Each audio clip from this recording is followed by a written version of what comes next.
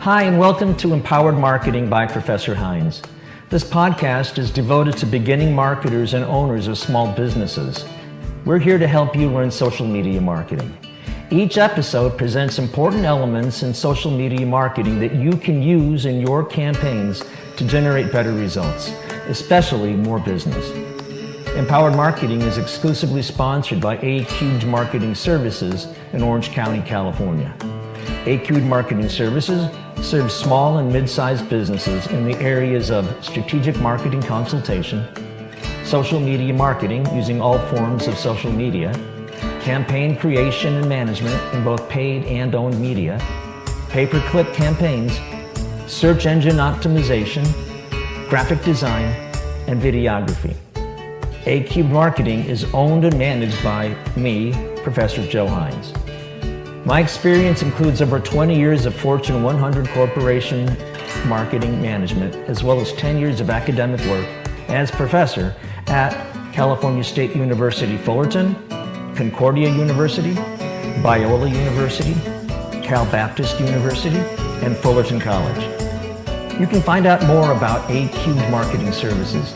Use the link on the homepage of this podcast or call A-Cubed Marketing at 714-872-0561.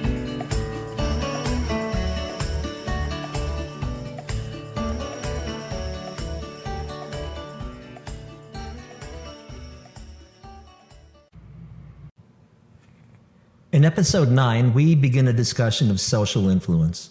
Like segmentation, this will be a multi-episode topic. To start things off, we quickly review some of the main ideas discussed in the previous episodes. If you've missed any of these, you might want to go back and start with episode 1 to make sure you're getting as much as possible out of this and future episodes. After the short review, I provide a basic overview of the concept of social influence, and then the episode concludes with the audio portion of a TED Talk given by Kevin Bacon, in which he describes a project of his own which leverages social influence to create a social good. Apologies for a little mic noise that came from the lavalier mic I used in my classroom this past week. I've done as much as possible to restore the quality of the audio, but there is some intermittent rustling noise in a few places. As in previous episodes, there is a PowerPoint presentation which you can download to accompany this and the next several episodes on the topic of social influence. Also, if you're enjoying this content, I have a vlog called Professor Hines' Weekly Marketing Message. It's available on YouTube, Vimeo, and our website at acubedmarketing.com/vlogs/weekly-marketing-message. Finally, if you'd like to talk with Professor Hines about how this information can be put to work in the context of your business, you can schedule a free consultation with me through Calendly. The link is https://calendly.com/a-cubed_marketing/introductory-consultation. And now, let's get back to my classroom at Whittier for another episode.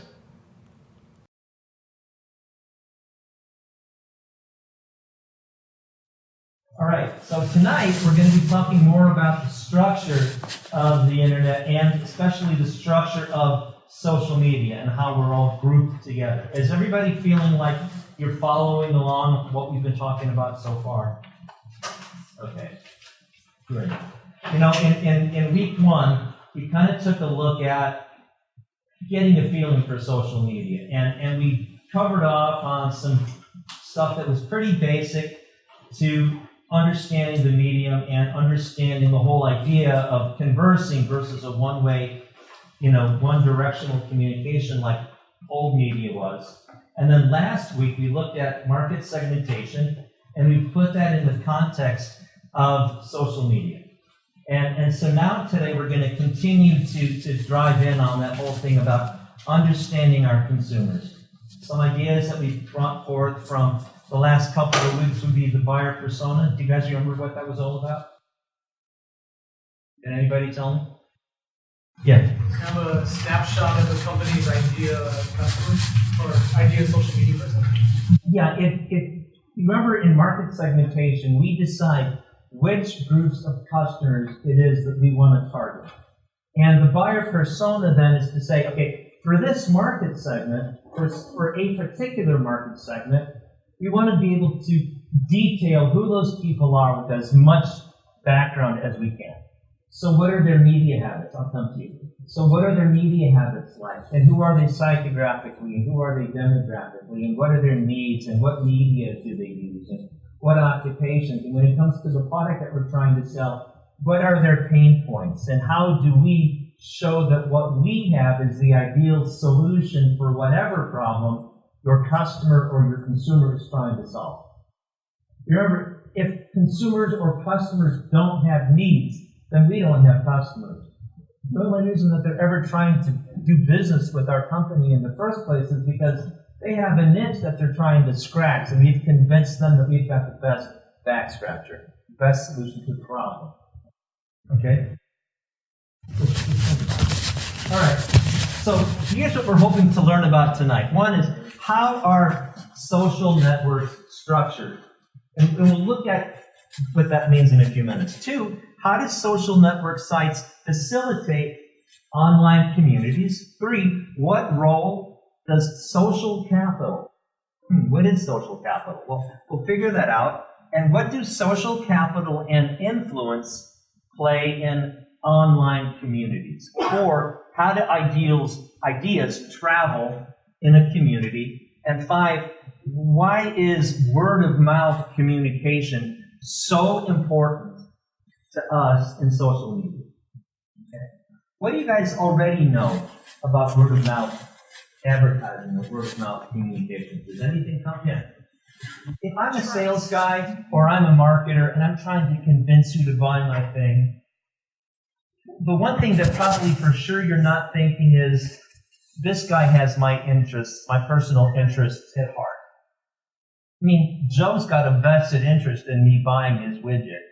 So he's trying to convince me that it's the best one, because Joe gets his sales bonus paid on, did he make his quota this month, right?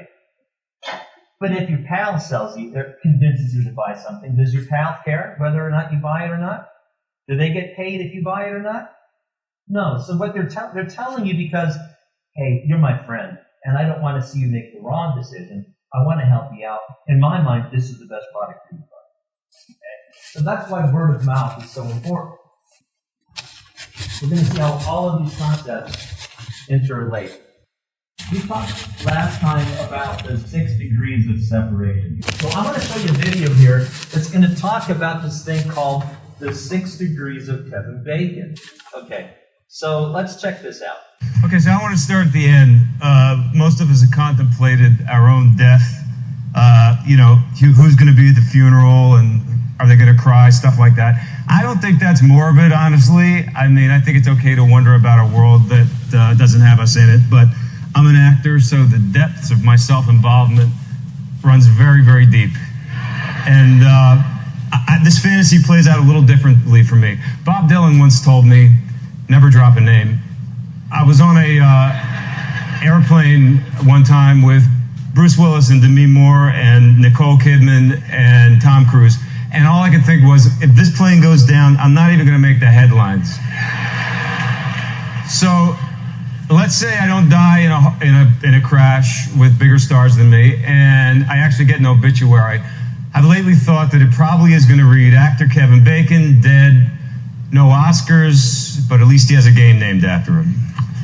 The 6 degrees of Kevin Bacon. In case you haven't heard of this game, the idea is that any actor alive or dead can be connected to me through our work in 6 steps or less. And I'm going to give you an example that I had to actually go to the Oracle of Bacon website to find, because I'm good at a couple things, but playing this game is not one of them.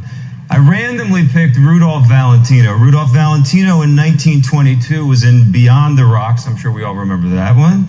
He was in it with Gertrude Astor, who did Daddy Longlegs in 1955 with James Cromwell, who was in Beyond All Boundaries in 2009 with me. That gives Rudolph Valentino a Bacon number of 3. And I can pretty much guarantee that at this point, Rudolph Valentino does not give a shit. So How did all this start? In 1994, I'm minding on my own business. I'm making movies. I'm trying to raise my family. And I don't remember exactly how I first heard about it, but it just kind of started to seep into my life. You know, people would come up to me and say things like, you know, my cousin made up a game about you. Or, dude, I'm so hungover, man. I was in a bar last night and we were playing your game. I got shit-faced and I'm a mess. I was absolutely horrified. I mean, I know it's a cliche, but actors, you know, behind all the, you know, the muscles and the shining white teeth and the low-cut dresses, it really is just masking a lot of very, very deep insecurity. So when I heard this, I thought this was a joke at my expense. I thought, I am going to be a laughingstock. People are basically saying, can you believe that this lightweight can be connected to the greats like Laurence Olivier or Marlon Brando or Meryl Streep? And the pathetic thing is that I was actually working with Meryl Streep at the time. Someone then told me that the guys who invented this game were going to be on the Howard Stern show. And I thought to myself, okay, that's it. That's the beginning of the end of my career. The game was invented by 4 college students from Albright College, which is in Reading, Pennsylvania, not too far from where I grew up in downtown Philadelphia. They're sitting around their dorm room one day. One of my pictures, one of my least memorable movies actually, is playing on a television screen, and they say, you know, maybe we can figure out this connection thing. So the internet is just really starting to sort of explode with these ideas, and it moves from Albright College to the web and sort of takes off. I'm in the middle of promoting a film, I can't remember which one, and I get an offer to be on a new MTV nighttime talk show called The Jon Stewart Show. And I come to find out that the Kevin Bacon guys, which is what they're now being called, the Kevin Bacon guys, are also booked on this same show. And I think to myself, I'm not doing this show. I am going to be the punchline of an hour-long joke. I was furious. But I stopped and I said to myself, you know, sometimes you have to confront your demons. Sometimes you gotta face the beast. So I said, I'm gonna go in and I'm gonna look these guys in the eyes. I'm gonna say, listen, fellas, you know, get another Patsy, okay? There's Kevin Spacey, there's Kevin Costner, there's Kevin Kline. You know, find somebody else.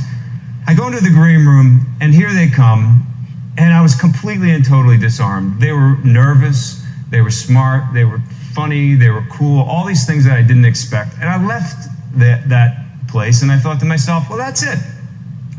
It's over. I'm cool. It's not going to last. In 3 months, nobody is going to be talking about the 6 degrees of Kevin Bacon.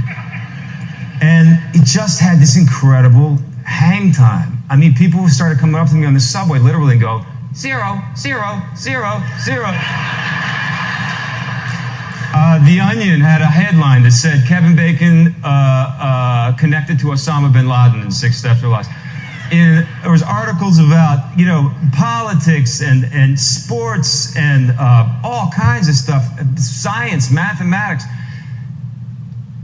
A few years down the line, the planes fly into the World Trade Center, and I go to pick up my little girl way too early, and I see the fear in her eyes, and we go to war, and everywhere I look, man, it's like turmoil and sickness, and a family member is diagnosed with cancer. Another friend dies of addiction. And I just feel completely overwhelmed. And I say to myself, you gotta do more, you know, you gotta figure out a way to do more. You know, I'm giving some money over here, voting over here, showing up at, things, doing PSAs, whatever. I open up the refrigerator, and there's Paul Newman. And he's staring at me from a jar of tomato sauce. And I think to myself, that's amazing. I love Paul Newman. I love him as an actor, but I love what he did with this time, his time on this planet. And he liked to make salad dressing, and he liked to make tomato sauce. And like $300 million later, it's still this, kind of juggernaut for charity. And I thought, well, what do I have any? I'm no Paul Newman, but do I have anything that is branded with me, and somehow the Footloose Foundation just didn't feel right. And then I said, well, wait a second. 6 degrees. So I run to the computer and I type in 6degrees.com, and it's like a real estate website. And then I went, oh, no, that's not it. I need 6degrees.org.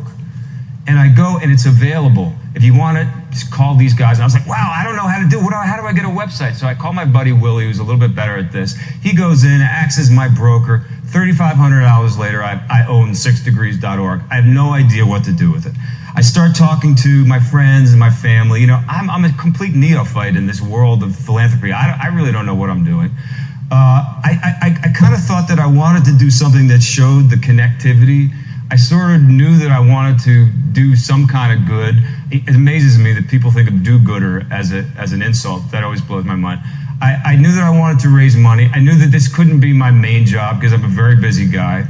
So I was talking to somebody at a charity thing that I was doing, and he said, you should talk to this guy who knows another guy. You should check out this thing called Network for Good.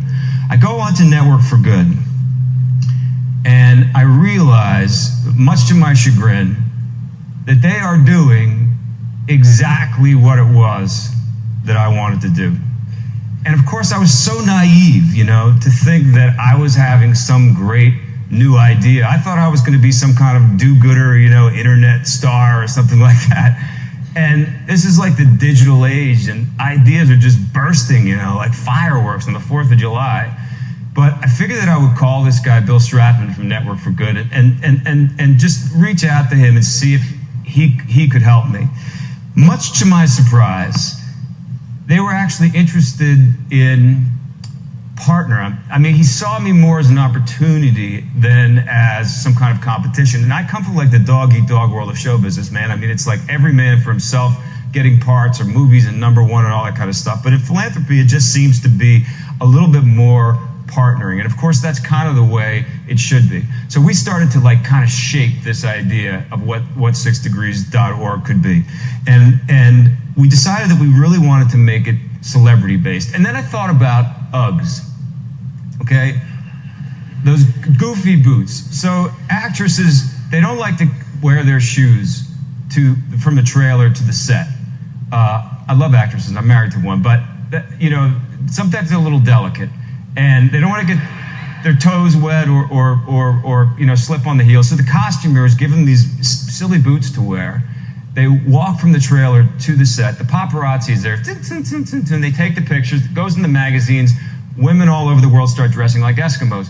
So I thought, is there a way to apply that to charity? You know, if people are going to buy something because a star uses it, what about donating to something that a star cares about? So we decided to become sort of the celebrity face of Network for Good. Around that time, we were going to Sundance, and I figured that's going to be the perfect place to try to sign up famous people for our site. We go out there, we bring some t-shirts and some buttons, and we set up a booth, and I walk up to all these celebrities I see, and everyone's very, very happy. Here's the thing, being famous is great. I mean, I wouldn't trade it for the world. All day long, people are nice to me for absolutely no reason. But usually people want something from you.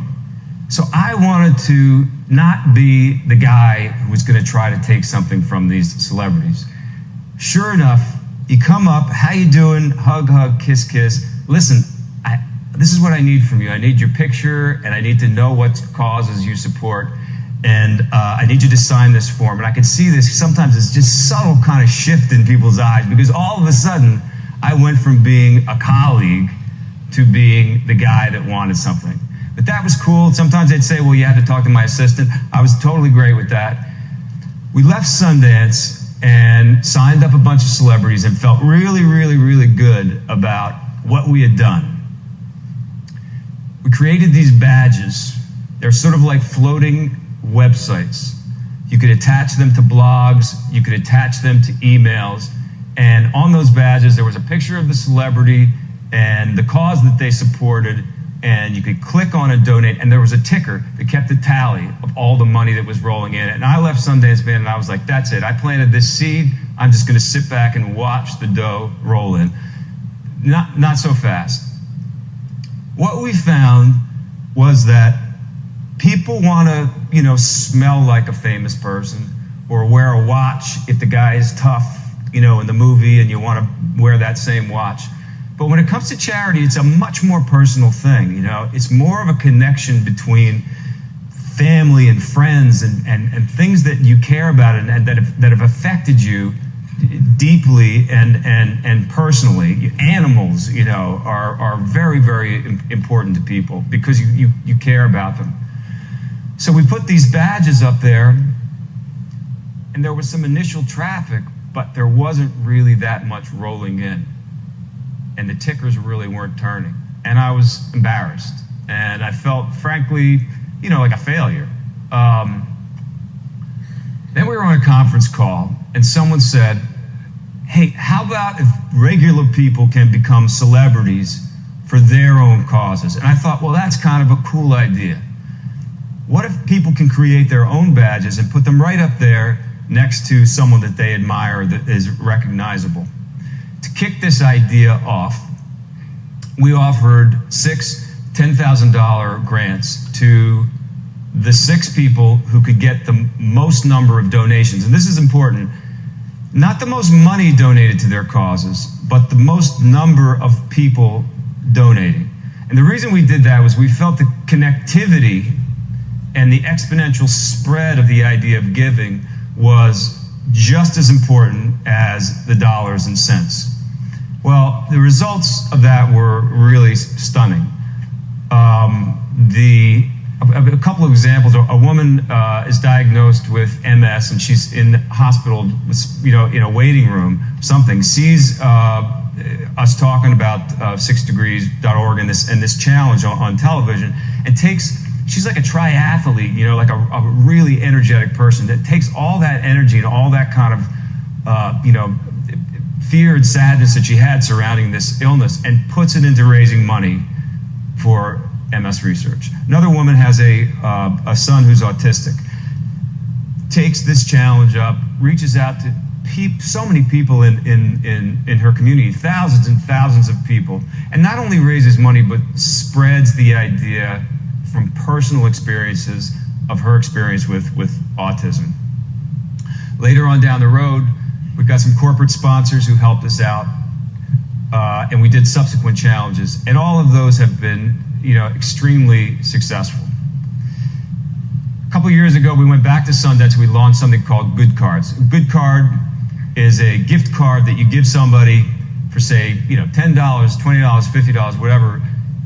You take that card home after you've received it, and you think about it, and you decide what you want to do with that money and where you want to put it. It feels great 2 or 3 times over. I feel good giving it to you. You feel good using it. It's a win-win situation. We're trying to reach out now to college students. We're looking for the next big idea. Believe me, if anybody has the next big idea, let me know. We're constantly trying to shift it and change it. I mean, when we started 6 Degrees, it's not that many years ago. I mean, it's going so fast. Nobody knew what a hashtag was. And Facebook, was just for hooking up, really. We're trying to stay ahead of the curve if we possibly can. And I've learned so much, and I'm constantly learning, but I do know that I'm no genius when it comes to web-based ideas. I do know that you can't just plant the seed and walk away. You have to be willing to, to water it, to fertilize it, to, if need be, you got to go out and buy it a grow lamp. And most importantly, if you take me out of the 6 Degrees idea, it really is a beautiful concept because we really are all connected. The things that we do here now on our block affect people on the other side of the world, and they affect people on the other side of town. The internet is the most powerful example of the connectivity of people. We created it, and I believe we created it so that we could stay connected. And I think we have to keep thinking about ways that we can use it as a force for good. Thanks.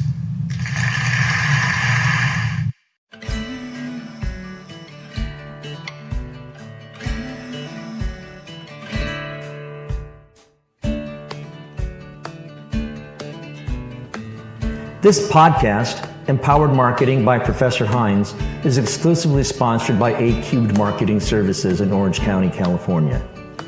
In business since 2013, A-Cubed Marketing offers a complete suite of internet marketing services, including strategic marketing consultation, social media marketing using all forms of social media, campaign creation and management in both paid and owned media, pay-per-click campaigns, search engine optimization, graphic design, and videography. A-Cubed Marketing is owned and managed by Professor Joe Hines.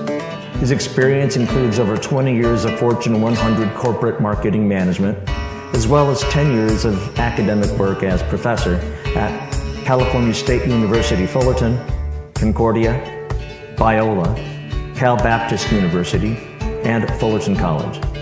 Find out more about A-Cubed Marketing Services. Use the link on the homepage of this podcast or call A-Cubed Marketing at 714-872-0561.